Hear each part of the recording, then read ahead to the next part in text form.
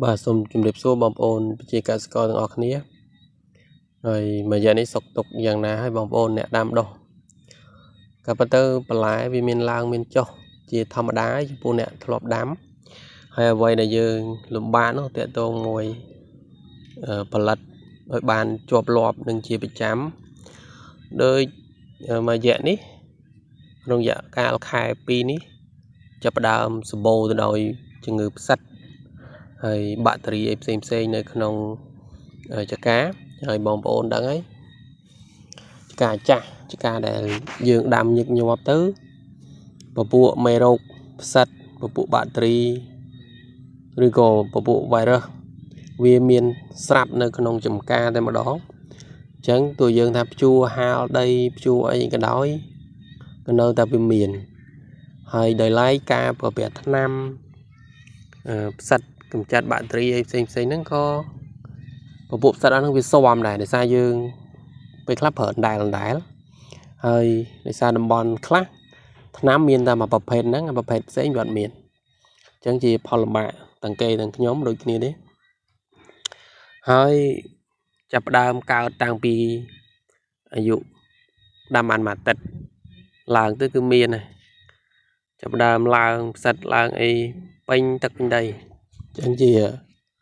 បញ្ហាហើយអ្វីដែលជាជំរឿនល្អសម្រាប់បងប្អូនយើងអាចដូរតំណាំទៅដាក់សដែកដាក់អីខ្លះទៅបាទប្រភេទតំណាំដែលផ្សេងពីពពួកបូតសក់ដូចជាទ្របដូចជាអីខ្លះមកដើម្បីវាឲ្យផ្លាស់ដូរនៅប្រភេទជំងឺប្រភេទសត្វល្អិតអីបានបាទហើយជាជំរឿនល្អសម្រាប់បងប្អូនហើយដល់ឡែកតើតើមួយប្រភេទសត្វអស់នេះយើងអាចប្រើពពួកថ្នាំកម្ចាត់បាក់តេរីបានពពួកកូពើពពួកកាណាមីស៊ីនពពួកស៊ូកាស៊ូអីហ្នឹងព្រោះប្រភេទថ្នាំបាក់តេរីនេះវាអាចជួយកម្ចាត់ជំងឺផ្សិតបានដែរបាទទាំងបាក់តេរីទាំងផ្សិតហើយអាចប្រើប្រាស់ពពួកថ្នាំផ្សិតព្យាបាលដោយពពួកអាសូស៊ីត្រូប៊ីនឌីវ៉ាណូកូណាហ្សុលត្រៃកូណាហ្សុលឬក៏ប្រូពីកូណាហ្សុលព្រោះថ្នាំប្រភេទអស់ហ្នឹងដែលមានឈ្មោះហ្សុលហ្សុលឬក៏ត្រូប៊ីន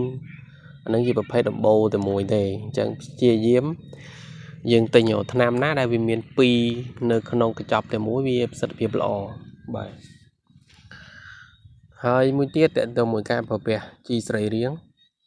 បងប្អូនគួរតែប្រើប្រាស់ជីស្រីរៀងឲ្យបានច្រើនបើសិនជាយើងមានព្រោះតែកាលណាយើងអត់ដាក់ជីស្រីរៀងដូចចកានេះអញ្ចឹងទោះយើងធ្លាប់បានជីគីមីជីផ្លែឈើច្រើនប៉ុណ្ណាក៏វាអត់ល្អដោយសារវាអត់ចាក់ឬចាក់អីអញ្ចឹងណាអញ្ចឹងជាបទពិសោធន៍របស់ខ្ញុំ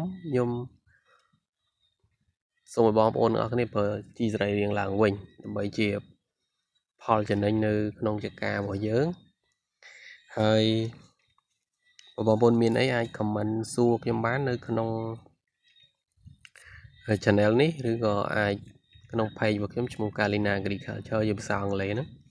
អាចចូលទៅយើងអាចប្រឹក្សាគ្នាបានទាក់ទងមួយបច្ចេកទេសដាំដុះហើយអរគុណច្រើនសម្រាប់បងប្អូនដែលតែងតែចូលមកទស្សនានៅវីដេអូរបស់ខ្ញុំបាទអរគុណច្រើនជួបគ្នានៅវីដេអូក្រោយៗទៀត